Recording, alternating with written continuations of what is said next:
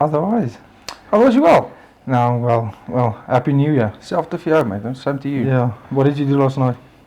No, nothing. For the first New Year's in probably 10 years, I've decided, no, I'm starting New Year fresh. I'm not having any, I didn't even have a drink. I think I was in bed maybe by 10 o'clock. Yeah. 10 o'clock. What did you do last year? Where were you?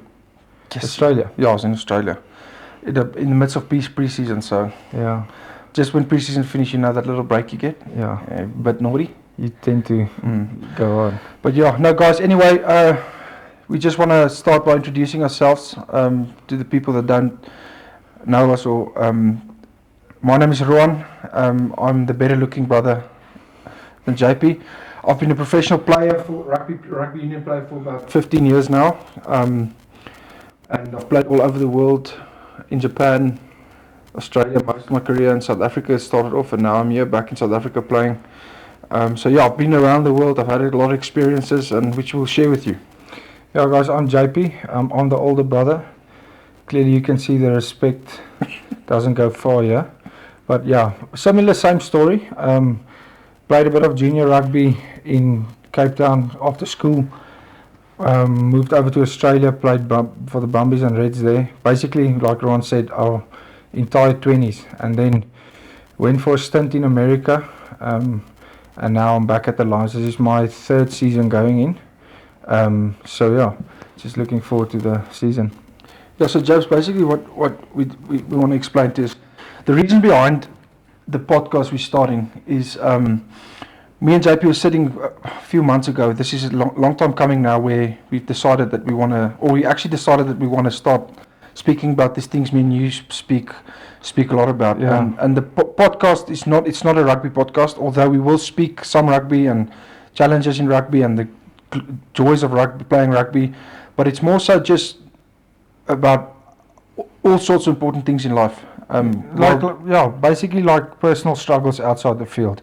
We all have our struggles, if you're a rugby player, accountant, whatever. So I think the main focus is to focus on what's going behind the camera. People always tend to see this perfect world on TV when they watch the rugby or that sort of thing. But for us, we've both been through some tough, dark times. How we came up, we're still not out of it. We're still struggling. It will always be a struggle, and just how important it is to let people know that, especially young guys coming up and that sort of stuff. You need to talk because, like I said, society makes you think, and we as men tend to want to sort out everything, suppress things, everything, and we can sort out everything. But some things you just can't. You need help with. Yeah, I think at the end of the day, it's coming. I think the story we want to share is our story, but coming through the years, knowing different players, you know for a fact that there's people struggling or that's got the same stuff they're going through a certain stage of their career. Not necessarily everyone, but because it's such a performance-based career, you tend to have this yo-yo effect of highs and lows and highs and lows, and you come to a stage where sometimes the lows are more than the highs, and you sort of try and I guess that's a thing people don't see. So to 2023, what was some of your lows? No, yes, John, to start off with, I wouldn't say it was a low. Obviously, when I had the opportunity to come back to South Africa in 2022, I think I was on the verge of finishing up because I was just so all over the world and I've done it all, and I decided the opportunity came here, and obviously a main thing for me was not closing the chapter, not saying I'm going to finish soon, but closing that chapter where it started under 19, 10, 12 years ago, 21, where we played here in Cape Town, and having the opportunity to come back here and playing and sort of...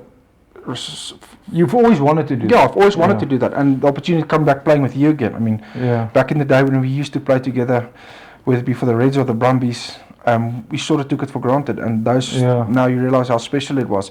But also it was challenging. The most challenging thing was my wife was pregnant at the time, so convincing her, my in-laws, and which they'll be watching now. I remember you were on the phone with me and I said, "Ron, come. It's a good opportunity. We can be together. We can play again." And you were so scared to tell them.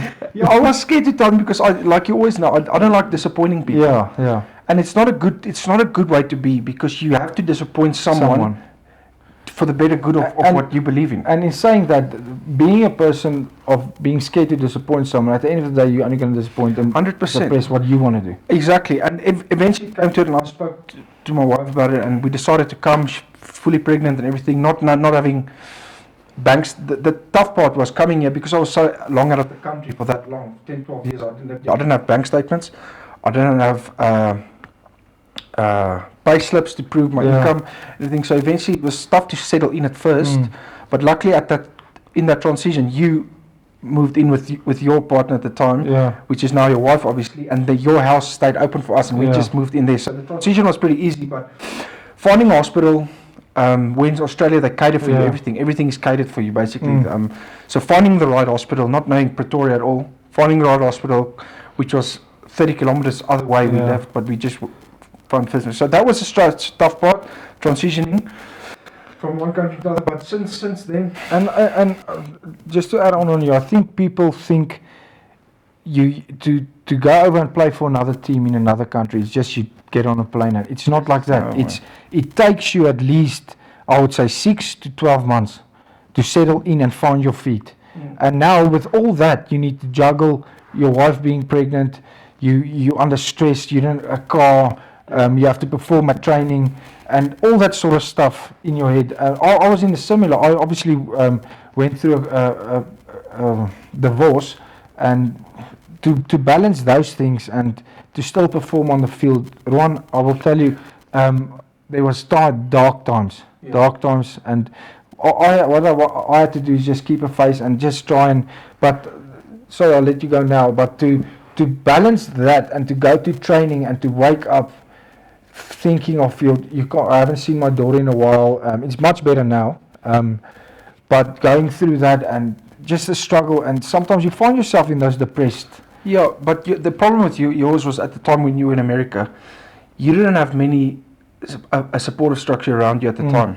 So my main attraction was coming to a new country, was knowing I've got a support structure here, I've got you here, I've got some family members here, which made the transition a bit easier, but yet it's still not easy. But in saying that, coming through that all, being with the Lions first season, my daughter being born was a massive bonus. I mean, you obviously know yourself, you've got a little daughter, I've got 2 little girls now, and it puts things in perspective. It really puts things in perspective, and it makes moving to another country for work, it makes it not as big as it is, although it was a struggle. But after she was born, it made things a lot easier. And a question from you, because Super Rugby, people always ask me. I was on the podcast with Brett Burns on Saffers Unscripted, and they asked me about Super Rugby in the past and a lot of things off the field and mental health and that sort of stuff. But now we Super Rugby, we started February, we end in June. Yes, then there's been a Currie Cup in South Africa, but we didn't really have any. But that 6 months break compared to now, yes, we love the competition. It's a good competition, but now we start in September, finish in July. This year there's going to be Currie Cup as well. So, how was your transition, from your body-wise and mental-wise to adapt to that? I think because it was a new challenge, it wasn't that hard. But as the season goes along and you realise it's not even halfway through the season where you would have been finished now. It's more the structure around your life that has to change, because your whole family and everyone around you is used to you playing for 6 months, and now all of a sudden it's a year. And then more, almost a year with Currie Cup, and the travelling is part of the URC. Is you go on 4-week tours, and in a Super Rugby it used to be one big tour and you're done. Now you can get 4 weeks. Last year we did 2 4-week tours, 2 weeks here, 1 week there. I mean, we're playing a game this weekend, and the following Tuesday we're going to France, for instance. So that's the dynamic around that changes a bit for you, because you're away a lot more from your family, and without knowing, that puts a lot of pressure on your household, on your family, not indirect pressure, I would say. So there's more people with families would obviously understand being a father comes first and then your job comes first, but sometimes you tend to lose control of which comes first, because the one side your job provides for your family, but the other side And a lot of people don't see that. A lot of people think, yes, this was the first Christmas we had off in, I think, last year we played. Yeah. So the sacrifice of not being with your family weekends, when everyone's on weekends. I know it sounds like I'm complaining, but we're very privileged of what we do. But I think people need to understand the sacrifice, because there's a lot of keyboard warriors out there that do not understand this, and we're going to expose them a bit later. Yeah. But just for the people out there to understand a basic week for us. Let's start with the Monday one. Net min of meer. I don't think we have to go into too much detail about Monday. We get one day off during the week, which is either Wednesday or Thursday. We have to be in at 7 and we get home around 4:30, 5 o'clock. So it's full days, whether it's training, meetings, whatever. But in saying that, Jabs, you just mentioned your first Christmas. Yeah. Did you get my address wrong? I think I did send it to the old house. You must just maybe go. You're doing well, eh? You're doing well, and not getting a gift is pretty offensive. You're doing well in life, eh? Where's my gift? No, I'm struggling. I'm paying child support. Me too. Me too. Didn't you get anything? No. I'm just checking. I wanted to send you something. You know, Because Tom Oakes' diet plan. I see you're not drinking that. Is it because of it's high in sugar, eh? The sugar. No, because when I walked in here this morning, I saw a lot of gifts on the table there. Yeah, it's not mine. It's not mine either. No, but what did you get? Nothing. No. I thought this year. It's all about love, eh? We just moved into a new house, and it's hectic.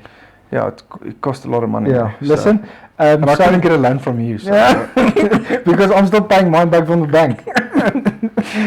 Listen. So, what's your plans for the upcoming season? Yes, John. Not just on the field, off the field. No, I think we, like me and you spoke last time, it's time to not make the transition, but slowly start thinking about the transition. Obviously, I'm in a tricky spot now where I'm not sure where I'm going to play next year. It's still up in the air, so I can't control that. All I can control is, like you always say, the old cliche, control what you can control. And you know what? It's so hard to not stress. People always say don't stress about it, but it's so hard. But one thing I've found this past, say, 3-6 months, every time you stress, and then guess when there's fitness, and I complain as well. So every time you realize you're complaining and you correct that, then you start moving away from that. Verstaan wat ek sê? So if you worry about things out of your control, if you constantly have a mindset of don't worry about it, yes, you're gonna worry again, but the next time you worry, you're gonna realize, well, I don't need to worry. Jabs, on that point, you've come a long way in your life. Like, to give a bit of a background story, JP was always, in our young days, he always used to be a loose cannon. He used to be fiery and pretty loose, and I was sort of the one that had to be responsible and whatever. But now you've come a long way. Tell us where that started for you. Tell us what made you. I mean, you've been sober now for 4 months almost, not having a drink. Yeah. And some people, I spoke to someone the other day. Sorry to interrupt you. I'll let you get now. Some people say it's a coincidence that it's not a coincidence in that you're playing the best rugby of your career at the age of 34 almost. Yeah. So if I do that for the next 8 years of my career, I can. No, on a serious note, Ron, I always had this thing. I could sometimes, I was in between the alcohol thing, and I just had this. Explain the alcohol thing. What do you mean by the alcohol thing? Just so I can understand. Some days, I could have 2-3 beers. There was no in between. But when I go past a certain limit. So by saying that, you meant you back in the day, your coping mechanisms. Yes. You reverted to alcohol. Yes, because the feeling, it gave me a false sense of happiness, a false sense of, and I'm just speaking here about myself now. It gave me a false sense of joy, happiness. Verstaan jy? So every time you would come across something that's not going well, or whether it's personal life or career, you would suppress it and then take it out, use it. Yeah, where some people can, when things are going well in their lives, they can stop. And we've got a lot of friends, rugby friends, that can have 20 drinks and they're still bubbly and happy. But for me, I never knew what you're gonna expect. Or you're going to expect a nice, or you're going to expect a violent, or aggressive, or and that sort of thing. And I started realizing, and I couldn't take responsibility because I was scared of letting it go. Yeah. Okay. So I understand that. So then, what made you change? Did you get help? Did you go see someone? Did you realize it yourself? Or? I realized it myself, but I met obviously my wife Lindy, and in January, when was it? Yeah, I'll get in trouble for this. Just January, and I was still doing the same things. I still had stumbles throughout I still had mess ups. That now, throughout our relationship, but I just started looking at her, and she didn't say anything. How she lived and what sort of type of person she was. I started asking her questions because you were intrigued. Yeah, I was intrigued, and she introduced me back into my religion. I was a full-blown agnostic. So I've started getting that journey right again, and just the longer I go without alcohol, the first month I was tempted. Second month tempted, but the mental clarity. Forget about I'm doing it for my rugby, for my wife, for my daughter. The mental clarity that I have is out there. I remember I told Lindy about 5 months ago. I started losing memory. I'm starting to lose my memory. It's gone. I'm not sore anymore. Obviously you sore after a game, but not nearly. My neck is fine. The inflammation in my body is gone. But for me, it's just the mental clarity to know I'm going in Monday. Understand? So it's a sacrifice, but like I say, in the past I had to stop drinking because of my behavior. Yeah. But now a lifestyle. Now I want to stop. Yeah. So what I can touch on there is as well. I'm also on a similar journey. Yes, I'm not perfect yet, and it takes time because you in the rugby culture you tend to. It's so acceptable to have that culture of after games drink, which is not wrong. No, that's what I'm saying. You know, it's not wrong, but we come to a point where we can't just stop when everyone stops. Yeah. And it becomes a cycle, this vicious cycle you fall into, and it's the first thing you revert back to. It's almost like you're rewarding yourself at the end of the week. And it's justifying it. Yeah, you're justifying it, and then eventually you become in the cycle, and it's the only thing you revert back to when something isn't going good. And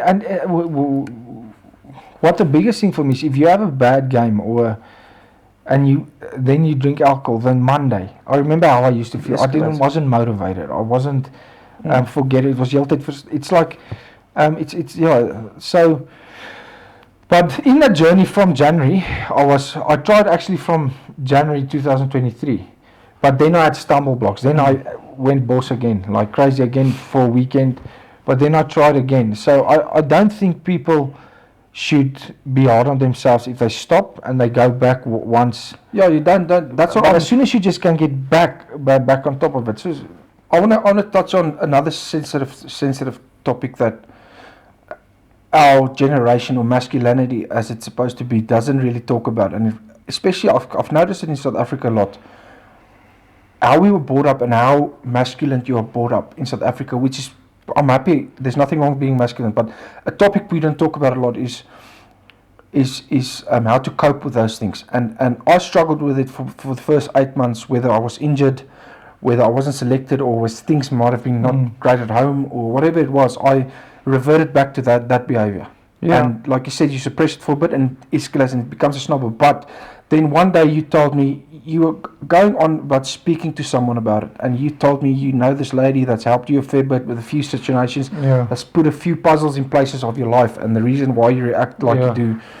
And eventually it came to a point where you just made me come. I remember you driving me from Ellis Park from training. You drove me right to a driveway, and I didn't know what to expect, and I just said, okay, well, I'm here now. Last minute, if you didn't come, I would have pulled up. I know. And then anyway, that's why I just stopped. Yeah. Then you drove in, tell the gate closed behind you. And anyway, this lady's name's Erica, and I didn't expect. I remember sitting on the couch, and just by the way, she's a clinical psychologist. Go ahead. And I didn't know what to talk about, and all I wanted to I didn't want to figure something out. I just wanted to speak to her about my own behavior and some emotions I was having. For instance, I was at a stage there was things I should be feeling a lot of emotion towards, and then I just wouldn't feel that emotion. So I wanted to figure out why. Yeah, I was the same. Do you know what I mean? You don't have empathy. Almost like that, yeah. And then eventually I sat down and she went through my childhood, my everything, and got to know my dad, my mom, my brothers, my sister, whatever it is. And it came down to, and she just spoke to me about it. And without knowing, I put one and two things in place and realized why I react like I do react, and why. For instance, I'll give you an example. I always used to say, like, I love having daughters. My two girls are everything, because I've got that strong connection with them, and since our mother's passing, and I think that's what I was lacking. I missed my mother's love and my mother's empathy. I think that's what I have towards my daughters. Yeah. Do you know what I mean? So those sort of things make sense now to me, and where all those issues were subconscious. I never knew that you could have, because take from face value, I didn't feel like I had any issues. I thought I was just a normal guy. Occasionally and that's the thing. But then after you overdrink and you go on a bender for 2 days, 3 days, then you don't know why you do this. Yeah. So anyway, I've had a few sessions with her now, and she's helped me a lot, put one and one in place and doing things. But yeah, I'm saying, so yesterday you came to my house. Yeah. We tried to sort out the podcast and stuff, and one of my friends said, you on photo you look fresh and you look rejuvenated almost. Okay. And Who's that? Quinn. Wow. And then I said, yeah, it's because of your vegan diet. Do you want to explain a bit more? No. There's no such thing as vegan. Take us quickly through. Be honest now. Take us through your skincare protocol. I don't know. Come on, just be honest. I don't. There's nothing wrong with it. Do you know what I do? I put The shaven legs, the skincare. I put. You embrace getting old. You don't embrace getting old. Listen, I put sunscreen on every morning, and you don't. Yeah. That's why I go through all the sunscreen I do, because So I know it's just sunscreen, and if my skin gets really, can you deploy it, bro? No, I'm joking. But you are getting thin at the top, eh? Yeah, I know. I wouldn't speak. Show the camera a bit. No. Thin. No, I think it's always been like that. Listen, quick question. Talk to me about the boys at the Lions. What did you enjoy about them? I think what I love about the Lions is everyone's just there for the same reason. Everyone is rugby's just rugby. Where I think in Australia sometimes they can overcomplicate rugby. Where in South Africa, I think obviously the talent pool is a lot bigger in South Africa, but it's just your culture and environment. It's the environment you grew up in. The culture was. Yeah. And it's the same jokes you laugh at, the same humor, the same things, like guys like Willem. Absolute glue of the team. It keeps everyone together. And do you know what? Everyone thinks of Willem obviously as Sean Raymond now, but there's people would know the thing. What I love about rugby is, when you're in a circle on the field, and you've got a connection with all the boys, with some of the boys, and you see something funny, and you just glare at the other person and he's staring right and he thinks the exact same thing as you. And the other day, last year, Willem just, as if he's in his own world. The scrum would collapse in training, and there was a ref there, and he would say to the ref, "Meneer Rodepoort se vaskop drop sy bind." So that sort of stuff. But no, it's crazy to see how the group has grown since I've been here. Yes, it's a really nice group to be a part of. Yeah, no, it is. It's refreshing. The guys are all on the same page, and are you scared to go back after this 4 days off? Jump on the scale? Yeah, but it's a lot of water weight. Because my body retains water a lot. Why? A lot more than other people. It's just a genetic thing. Yeah. I can't help it, but the SNC doesn't want to understand it because they're wrong. It's a body type. Yeah. It's not what I do. It's Yeah, not about. But you keep telling Tamar as well. What do you always tell her? I just tell her, look, the other day I had like a few epiphanies. Yeah. And I looked at myself in the mirror and I said, Naruan, You might not have the most money in the world. You might not have the best body, but you are very good looking. And I just had to go, I had like a thing clicked, and I said I just had to go tell her that. And what did I you just do? had to go tell, look, I don't want to come off arrogant, but you are lucky where you're sitting right now. There you are in a dream spot. Times have changed. And she asked me, what are you talking about? And I said, times have changed. Look around you. First of all, I'm a pure man. You don't get a lot of real men anymore. They're, in my opinion. Anyway, we'll get into that another day. But looks don't matter. Or my looks matter. But back in the day, 10 years ago, it was all about what do you look like. But not this. Not the gift of the gab, you know. The gift of the gab. You know. And I told her just sometimes just be show appreciation. If you could look in the camera now and tell a young guy, give him advice to pursue a woman, what would it be? Look into the camera. Guys, it's not about looks. It's about confidence. It's about how you approach a woman. They see straight through you. Okay? I in my young days, I could get 10s easy on my worst day because of my confidence. Okay, I wasn't the best looking. I was overweight, clocking 142 at a stage, and I still back myself. Yes, don't be afraid to strike out, but be confident. Okay? Yeah. Where's this going, bro? We maybe should cut. No, I'm just joking. Yeah, I'm also a difficult person to be around, but no, I just had a little joke with her, but yeah. So before we finish off, where's your phone? You sent me the other day photos of those people that commented negative. Oh, let's talk about that. The negativity of supporters, which I understand, is they're passionate, but sometimes you get a worm that sits on his couch, dogs hate him, his wife left him for another woman. He decides to get on the phone and start messaging. You get a lot, but remember when I told you, you decided like I'm gonna bite back now. I don't care if there's consequences. Like I'll say something, I'll say my part. Why keep quiet? And if you don't like it, don't comment. If you actually had one guy. I had an encounter with someone in Italy a few months ago, and I don't remember what he commented on the sheet about something he said about us. They can't scrum or they don't have balls or something like that. And I said, you know what, I'm going to write back to him because it was a typical... Did you inbox him or? I messaged him directly and I wouldn't say what the conversation was about, but I didn't hold back. Eventually he went quiet for about 2 weeks and then I got this big reply about that long on Instagram saying how sorry he is, he was out of place, he doesn't mean it. He's always been a Lions fan and he's really apologized. And eventually me and this guy we kept talking and I was friendly back and I said, I'm sorry I reacted the way I did as well because it's just a pride thing and sometimes pride takes over and it's not a good thing. But anyway, we came to this conclusion now of we kept speaking. I got his number. If he ever needs tickets, I'll organize it for him. I told him I'll even give him a jersey after the season, one of my jerseys, and it became very civil and it just shows you there is space for people having an opinion, but then you've got to be able to take your opinion back if it comes back to you and being open about talking about it.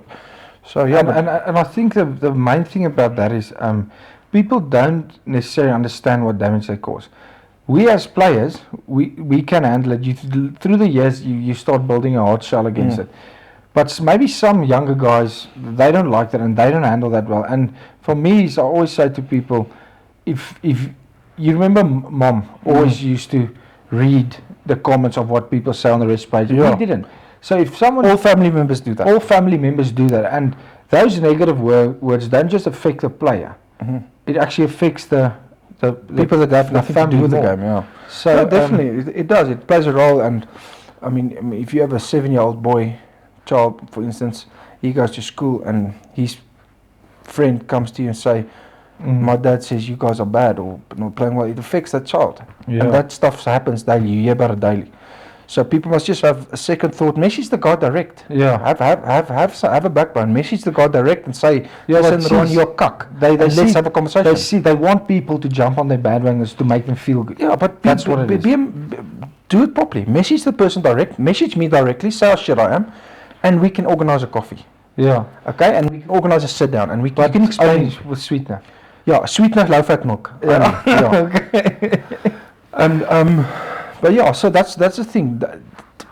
If you want to be seen in public, you can live stream the conversation. Yeah. If you really want to be seen, your comment in public. Let's Yeah, have a don't look. you have some of those comments? No, I don't even want to go into it. It's No, just man, ridiculous. of the TikTok comments. Oh, the TikTok comments. Yeah. I think you sent it to me. Grab your phone quickly. Let me just see. Just go on. Bro, some of it is rough, eh? Some of us, I will read it to you. It's obviously Afrikaans, so Ron will translate it in English. Okay, where's it? Let me just find it. Yeah, right? Yeah, it's so Okay, if you let me go do it. right here. There, Yeah, just okay, swipe so right. I'm gonna, because we've got a few Australian friends as well, Yeah, I'm gonna say it in Afrikaans and you just slowly okay. reply, translate it in English. Okay, this first guy, julle pis ons af. He's saying, I'm extremely lonely and I need a friend. Okay, good. Okay. The next guy, ja, ek het ook 'n issue. Julle maak ons ondersteuners naar. He says he loves the Lions so much, he wishes he could give us each a hug. What day are we training? Can he come visit us? Okay. Julle moet dalk ophou grappies maak en try rugby speel. Julle speel kak op die stadium. Nie stadium, maar ja. Yeah. Kom aan julle ouens, fok ek skree my gat af elke week. He's saying he can see the humour in the team and that there's a strong team spirit and that we are doing well and we're on the right road. So he sounds happy, that guy. Yeah. Good. Yeah. Okay, this one's the last one. Mm-hmm. There was a video I posted of you stretching, like a complication video of you when you came back from injury. This one lady, I'm not going to say the name, commented on that video, you were in a groin stretch. And she says, weet jy hoeveel ouens bewonder daai hol?